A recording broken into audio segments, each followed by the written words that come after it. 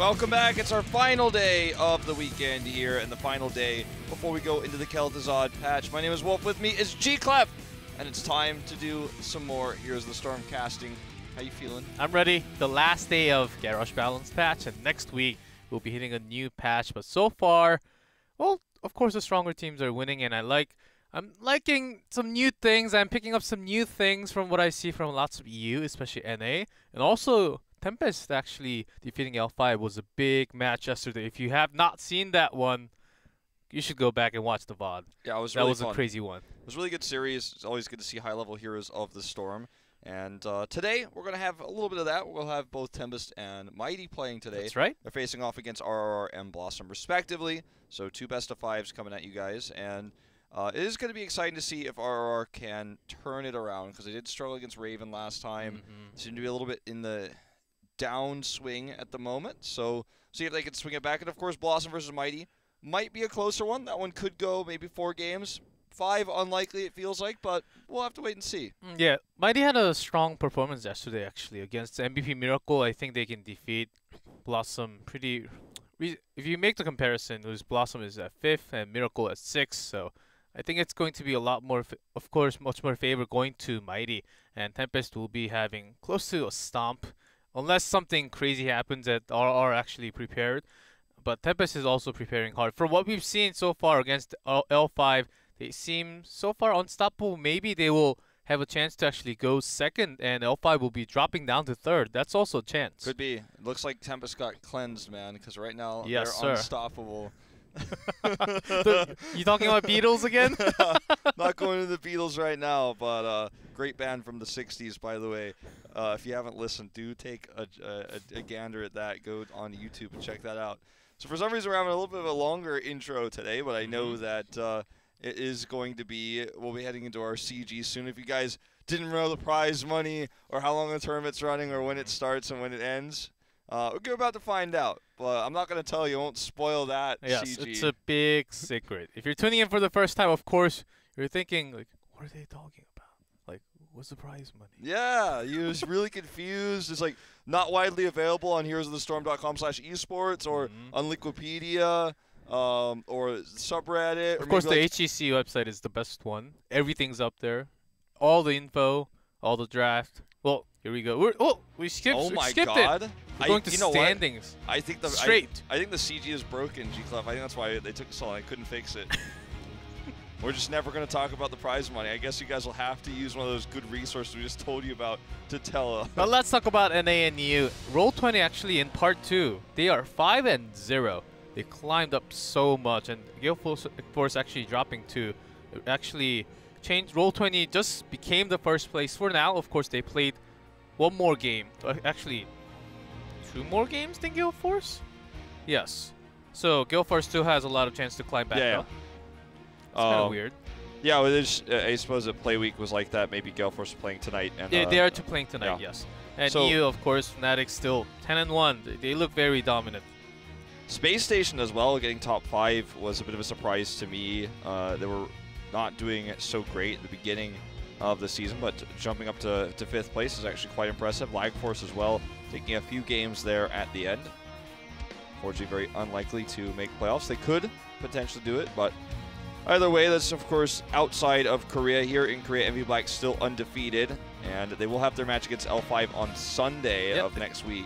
They are basically guaranteed for BlizzCon, either 1st or 2nd, but the real deal is, as you can see, 2nd, 3rd, and 4th. 9 wins, 8 wins, and 7 wins. Even Mighty still has a chance to go to BlizzCon even without the playoff. I don't think they can go to 2nd place, but if they can take the 3rd place spot, of course they have to play one less match in the playoffs, so a lot more chances of going up. Yeah, definitely true. So, this aside, I think it's really important for Mighty to win this, just to solidify their 4th place spot a little bit further. And if Blossom wins it, it's really bad for MVP Miracle because they really want to get that 5th place spot, so they have the seed advantage going into playoffs. So right now, Miracle is really hoping for Blossom to get crushed in this series with the best possible score for Mighty, because they're never really going to be able to contest the 4th place spot. They were very close in Season 1, but in Phase 2 here, not so much the case. Anyways, I guess it doesn't actually matter too much for 5th place between 5th and 6th because they'll be competing anyhow for in the first round of playoff. yeah, I think Either they get, 5th or either 6th or. but the higher seed will get to choose whether they want first pick or first map, as far as I know. So that will be quite helpful. Know that. So that's an important factor. As we mentioned, these are the matches today. RRR definitely the underdogs in the first series. Blossom slightly so in the second. Mighty played some good games yesterday, actually, and did look quite strong, in fact. So Lunara is the key word for Mighty. Are they going to bring it up? As we spoke yesterday, does Blossom have an answer? Can the Wiz, the god back from NA, does he have the brain? Does he have the answer against Mighty's Lunara? I think that's the key point for match number 2. And of course, match 1, I think Tempest is actually following lots of EU matches, and I know a lot of top Korean players are still watching a lot of EU and also NA. But the key, I think, here is Gul'dan. Gul'dan's making a lot more appearances, especially in EU. Just last night, I believe, 6 out of 7 matches, Gul'dan was in there, especially to counter an auto attack on the other sides, such as Zavala on the other side. Yeah. So Gul'dan is definitely raising up. Has been banned quite a bit this week, specifically, even by MVP Black. So a hero to definitely put into your playbooks right now. At least as we look into RRR for this opening matchup, everyone seems to at least be very focused and in good spirits. It's not the sad RRR that we often see after a first or second game in the series. This has just been overall inconsistency out of this team. We thought by the end of the first part of Phase 2, maybe this team could get top 6, maybe could make playoffs. They're making big improvements from week to week, but then they roll swap. They put Tekaluk on tank. MSG became the support, and even though on paper it seemed like a good idea, it has not worked out in practice. And even Tekaluk, after scrims, he was streaming on his own, playing Hero League, saying that he evaluated himself and then he decided that he needs more practice on his own. He was playing lots of tanks, and I think it will show in today's matches. He was trying to expand his hero pools because he realized that that was one of the biggest weaknesses that the team had because of his hero pool and a lot of the members especially. So definitely a diverse hero pool for his last few picks. He's definitely been the split push player of the team in general, and we'll see if that soul laning becomes a factor in this one against the top lane of Tempest. H82 has been pretty dominant up there, and his Sonya is bound to make an appearance in this best of 5. So let's see how that all pans out as their opponents, again, coming off their win against L5 yesterday. They've got extra momentum. And no pouting. Let's get focused. We've got a series to win here. Tempest is very much a team that has made big improvements throughout the year. They started off with a weak performance in Eastern Clash 1 and Eastern Clash 2. They defeated MVP Black. They just defeated L5. So really, for the first time since summer 2016, this team has beaten both L5 and MVP Black in recent series. So it just goes to show improvement. If you train hard enough, it is absolutely going to come. Now they have a meme of 3. They were 3rd place back in the first Eastern, also the second Eastern, and oftentimes they finish 3rd in Korea. So seems like number 3 is stuck to the team, but can they get over it? Can they go to the 2nd place spot? I think it will show in this match if they can contest against the stronger teams later on. Also in playoff, if they finish in 3rd, if they do not get the 2nd place, they have to go through the playoff too. Honkono, man, he got the MVP yesterday. He played Lucio, also the Genji. He's playing flex range, so that's going to put him on a lot of aggressive supports like the Lucio, like the Karazim in the double support meta. And it's really, really cool to see how he's been able to utilize these supports, because he's mostly been the carry play, but he's not necessarily playing the Grey main anymore. And Tempest looks to do very well with Honkono on support. It's funny that suddenly we see these new support stars in Korea right now with double support meta coming in, because Honkono was never a support player, ever. And he's so good at it because he has to be. And he's like, he's making plays other supports wouldn't make because he normally plays higher skill cap heroes. When you see him play the support, you're like, oh wow, I didn't know Lucio could do that, you know? He was even saying during the MVP interview that it's like, I think I found my dream role. I think I'm a good support. I think I'm talented here. And well, Crazy Movie said the same thing, and yeah. It worked out so well. Crazy Movie was saying the exact same thing. I think I'm talented in tank. Well, it's working for now. Well, let's see where it settles at the end. And of course, next weekend will be a different patch, so maybe a different meta will be kicking in. Okay, Battlegrounds here. Both StarCraft commands also banned, and map 1 chosen by RRR will be going into Infernal Shrines. All right, Infernal Shrines would be the starting map. A great map for Lunara. When we see some of that Lunara action, I would love to. I would love to see more cooldowns coming out, especially on this map. It seems like the Echoed Corruption is the way to go. Yeah. Especially against the ranged on the other side. It was basically always picked. Not even one Fel Flame build coming out from EU. So let's see how much of appearance the cooldown will make today. Especially against Lunara, that's match 2 coming up. Mighty will be picking Lunara once more, I'm pretty sure. Well, let's go into match number 1. When Tempest played against L5 on this map, they did draft an Oriole draft. They won all 3 of their Oriole drafts against L5. It was because it was open, basically, but I don't think RRR will give it to them. Yeah. They should not give it to them. Even L5 learned their lesson. This was the map where we saw the Cassia draft as well, with Malthael. And let's see if Tempest wants to repeat what they did yesterday with this draft. The Cassia came up right after the opponent team picked Greymane Uther, I believe. So when they had a Divey comp, they insta-picked Cassia. Not insta-picked. They thought about a while and then picked Cassia before the second ban phase. Okay, Ariel ban. So they did remove the Oriole, so this is not going to be the same draft from Tempest. ETC once more. Very likely. And then that will help them control the early game.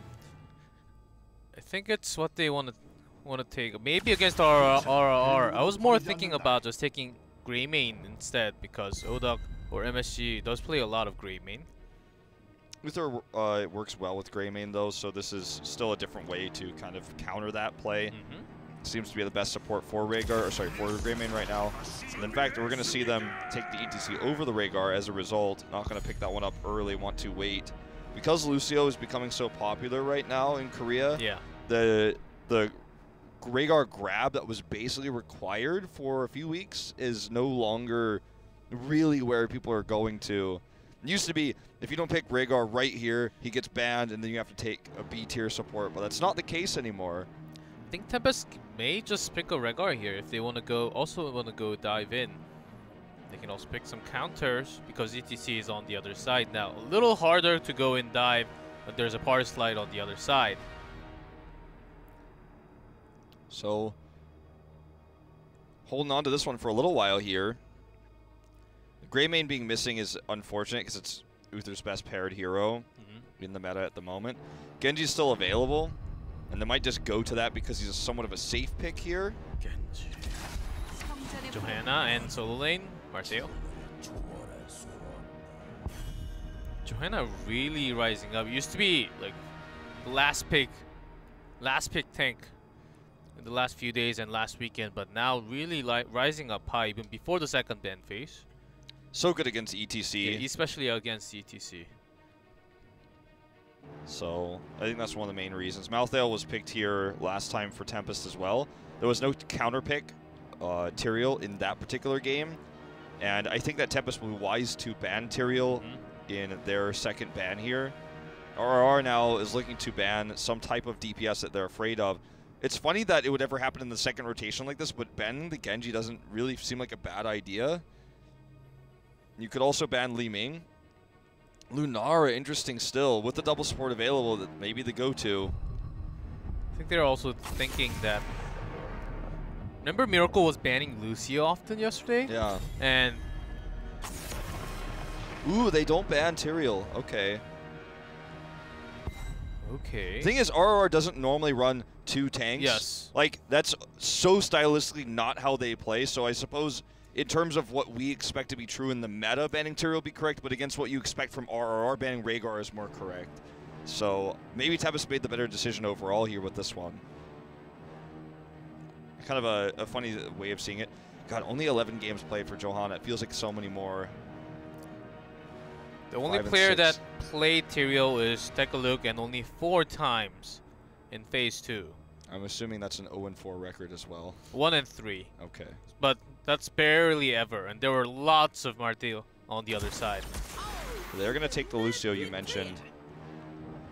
Lucio is suddenly, people start to appreciate his rotational power, and that's right. When you get a pick with Lucio too, the enemies, like, they can't get away because you have speed boost, and it's never going to be the case where you actually get reverse amp. That's not going to be the meta to catch enemies, but the sound barrier is so good at protecting a carry to let them live long enough to get the lifesteal that Tastar is going to provide in this case. A lot of the Korean pros, they think the sound barrier is kind of like a sanctification in a way, but better because you don't actually have to be on that ground for such a long time, and you can move around even if you're low or even if you're high. You get that shield, so it doesn't really matter. You can turn things around for the next 2 or 3 seconds. I think that's the real power of Lucio coming in. Yeah, and he does operate very similar to the Tyrael in this way against the Malthael, so... Now for Tempest with Lunar remove, what's the DPS call going to be here? Karazim and just the Cassia once again, so... Very strong against Greymane as well. Let's see. They know the obvious choice if they're going in all-in Greymane. It may not be enough against the double DPS on the other side, especially on when they have ranged, plus the double blinds kicking in. So they have to really go for another source of damage. Vala is still an okay option. They do have Tassadar, but do they have enough healing? Lucius doesn't have burst healing, some AoE sustain, and that may not be enough for all ETC, Greymane, and Vala at the same time. It is Ribbit Lucio, by the way, which gives you 10% more healing. Kerrigan? Maybe for some CC also? Okay, I like Sonya more. We were looking for the solo laner, we were looking for the solo Shriner. Sonya is a good one here. I think Kerrigan is far too risky. Especially after the nerf a little more. Yeah. Okay. All right. I can get behind the draft for RRR. I think the sound barriers versus the Tormented Souls are really going to be the defining factor in a lot of the team fights. Also, Greymane avoiding Cassia blinds is going to be very critical to make sure that he can maximize his damage, since he is going to basically be the hyper carry of this team. Not a whole lot of poke on the side of Tempest, so Sonya will be difficult to deal with. The Blessed Shields are going to have to come down correctly there in those team fights. We're going to jump into game number 1, guys. Infernal Shrines for RRR versus Tempest.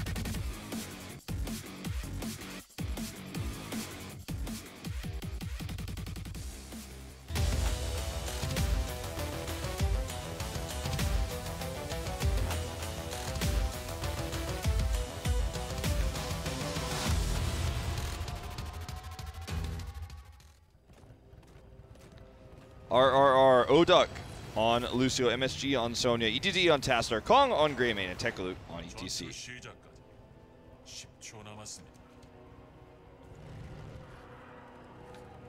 And in red, Tempest, hide on Luther, Honkana on Karazim, lockdown on Cassia, Sign on Johanna, H82 on Marthael. Wolfheart, forget cocktail builds, man, they're old news. Once more basic attack for Uther. Haven't seen that in a while, since Mary Day was gone. Yeah. It was a little bit weird. Regen Master for Johanna coming in as well.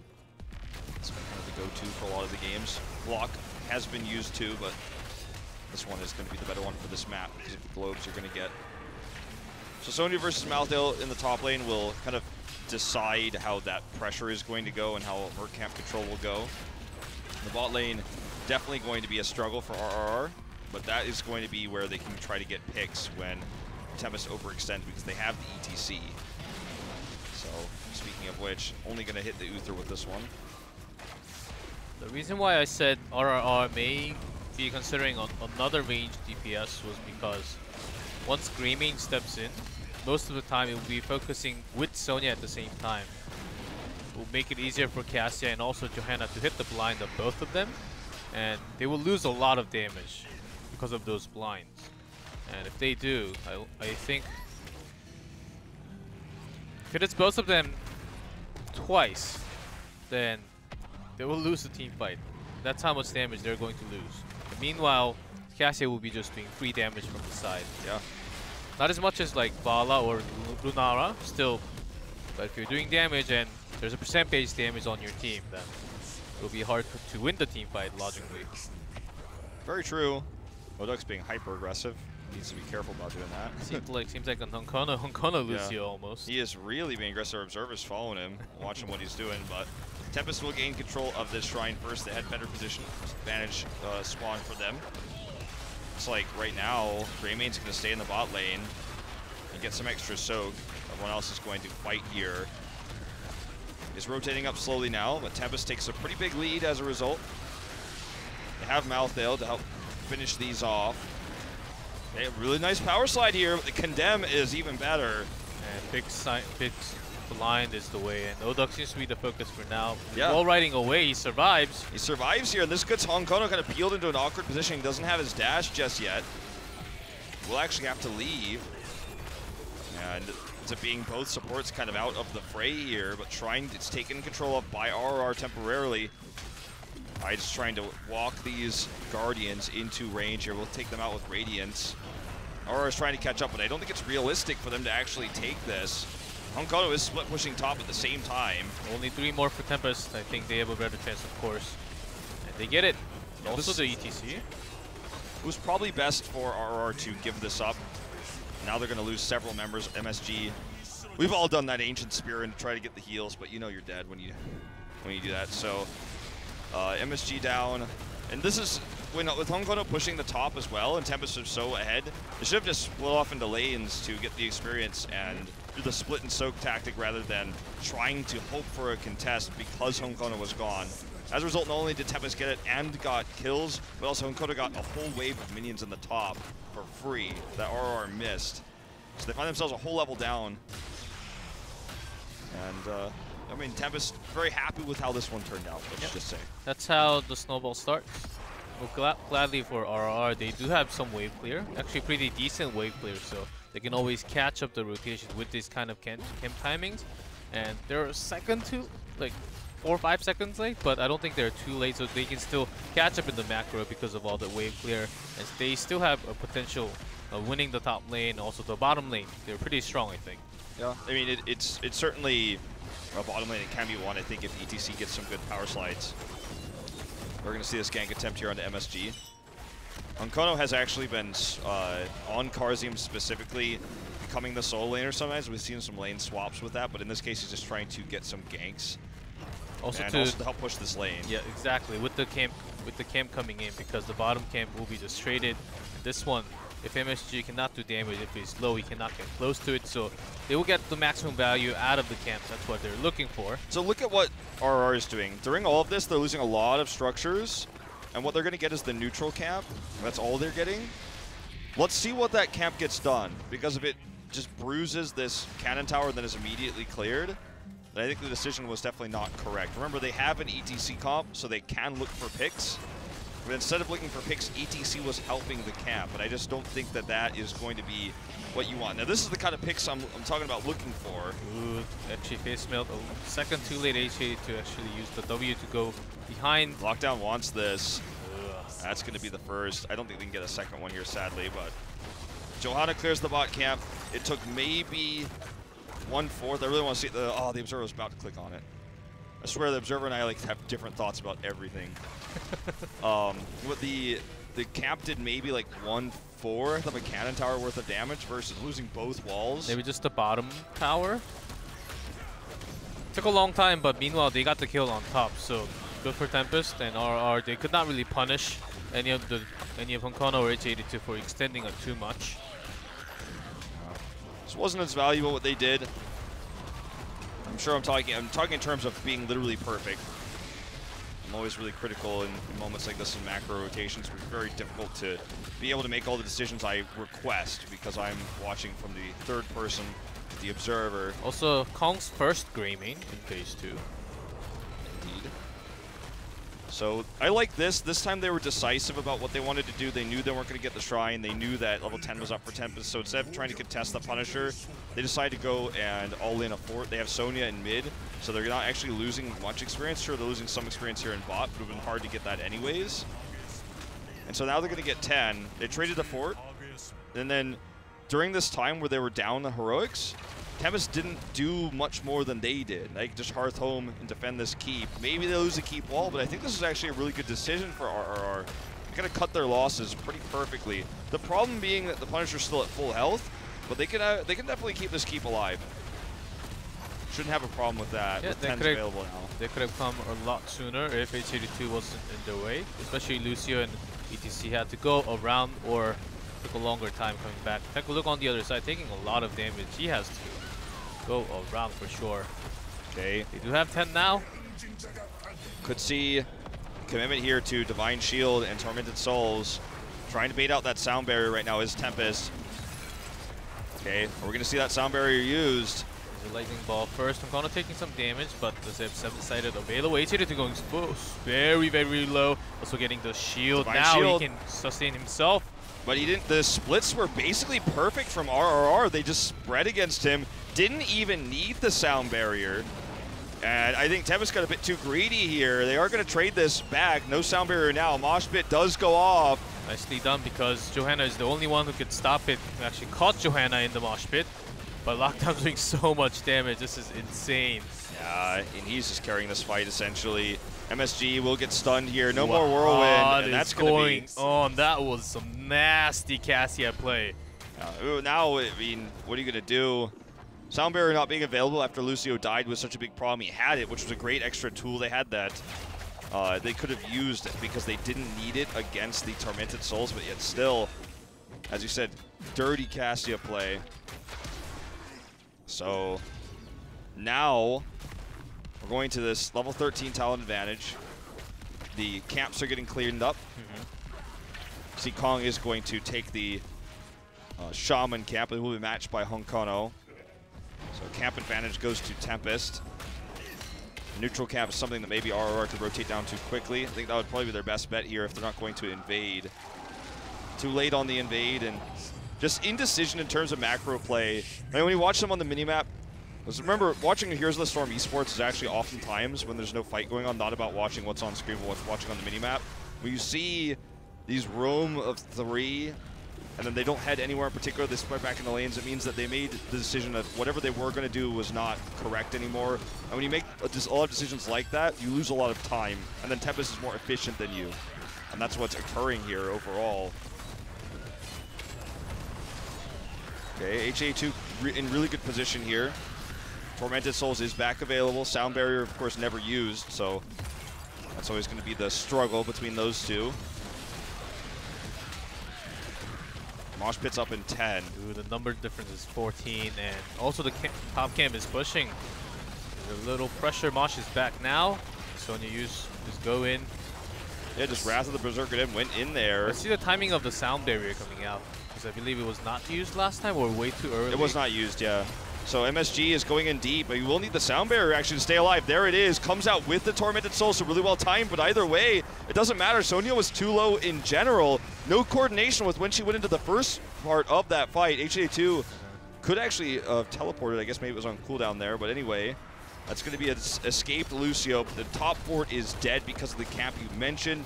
The mid keep is under siege by an Arcane Punisher. RRR is going to find themselves in deep trouble after this one. This one could end up being a keep.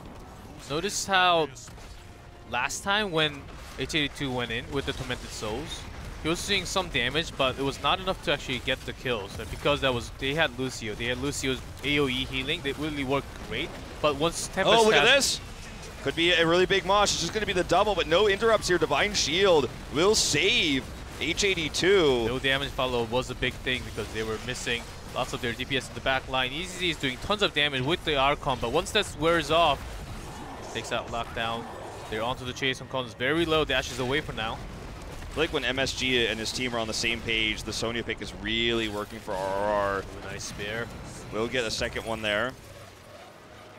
So But yeah, going back to what you were saying, yeah, the Lucio heals were there, but also the movement speed he granted allowed them to split against it so well. So you're certainly right, but in the next few fights, the tormented souls might have been better. When the target is focused, Lucio's healing is just not enough, and we just saw Sonya blowing up from the beginning of the fight during in front of the shrine there. Yeah.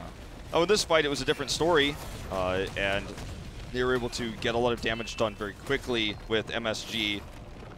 And the mosh pits have not been respected by Tempest. They don't have good interrupts with the exception of Blessed Shield, which she couldn't use because she was in a mosh pit. But if Johanna's able to survive the mosh pit, that's when they counter it. But without that Blessed Shield, they're going to have a bad time against this. So the mosh pits look amazing, and they actually are well placed. Yes. But against a different comp, that would just be instantly interrupted. But how they're used by Tekaluk here actually changed the dynamics of all of these team fights. 2 of them now. That's exactly right. Tekaluk's making sure that he catches Johanna all the time. Even just one-man mosh on Johanna, I think that was the deal that he's trying to do. At least trying to provide and take the tank out so he can have the maximum time with the mosh. Look at Honkono, he's a DPS now. No, he certainly is at this stage. The build he's chosen is quite a bit of damage. After 1600 Fist, really kicking in with the dashes. And that's usually the build when they have 1 DPS. They pick Kerosene as a secondary source of damage, but they already have 2 damages. And even with Kerosene, it'll be a lot more 7-sided strike. All right, let's see how this fight plays out. Again, MSG going to be the one to start the engage. Doesn't use his Berserker, though. He's going to hold on to it for a little bit longer. Does pop it now. He's looking for H82. He's the target here. He's actually going to get burned down. Might have to use Divine Shield. There's the pop of Tormented Souls. Where's the Sound Bearer? Wait until last second. I think a little too late. H82 did too much damage. MSG is actually surviving well alone in the middle of the shrine. Fight is going for a long time. Big blinds coming in. There's a 2-man mosh, but he is so low, and he gets taken out from the beginning. 7-sided strikes enough there. Honkono is going to carry the rest of this fight. EGD looks like Honkono might finally get his chance to get him. Nope, not going to happen. Tastar will pop onto that cloud and get out of here. Dimensional Shift was available, I think, too. H82 is just going to clean this. And this is going to be potentially the last fight of the game. Keep already damaged. Was the Sound Barrier on cooldown, or was it just he held it? He just held it. I think the idea for a lot of Lucio players is to use Sound Barrier to save people right before they die, but that's not actually correct against Malthael's damage because you just want it to never occur. The shields don't last forever, but if they last long enough to mitigate the damage, then when the shields wear off, everyone's at full health. But if you use the shields late, when the shields wear off, everyone's already damaged from the damage they took before. So I think you're on the money with this G-Cuff. Definitely should have been used earlier. Yeah, they're not going for a core. They're just delaying time, doing some damage onto the core, just 3%, and once the Punisher comes, they will have a better time.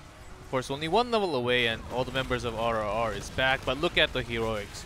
Only Sound Barrier available for RRR when Tempest has 7-sided, Lightning Ball, and Blessed Shield.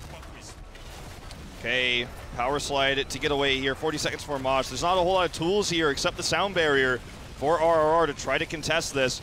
It's a Mortar Punisher, so he's going to do some damage to the heroes here, including Greymane, who goes down immediately. That was painful to watch. Greymane goes down, and still a lot available. There's a Tormented Soul. This time, that was a great timing for Sound Barrier, but too late, I believe. All the members are still alive for Tempest, and this Punisher is now on the core, too. Punisher's on the core here. That is going to be the first dead. Sonya, it goes down as well. That's game over here. 14 kills to 5. Tempest will take game number 1. There were definitely a few shaky moments there for the team when they overextended in the bot lane and when we had a few great mosh pits when they didn't have consistent interrupts. But overall, the Sound Barriers were late, and the rotational play that we didn't highlight too much was just when you have an ETC, you have to utilize the ETC. Otherwise, he's not worth first picking. If you're not trying to kill someone with ETC every second of the first 4 minutes of the game when they're winning lane and they're on your cannon towers, if ETC isn't in that exact place, I don't know why you picked him. Maybe because you thought Mosh was going to win you the game. It did almost win them the game.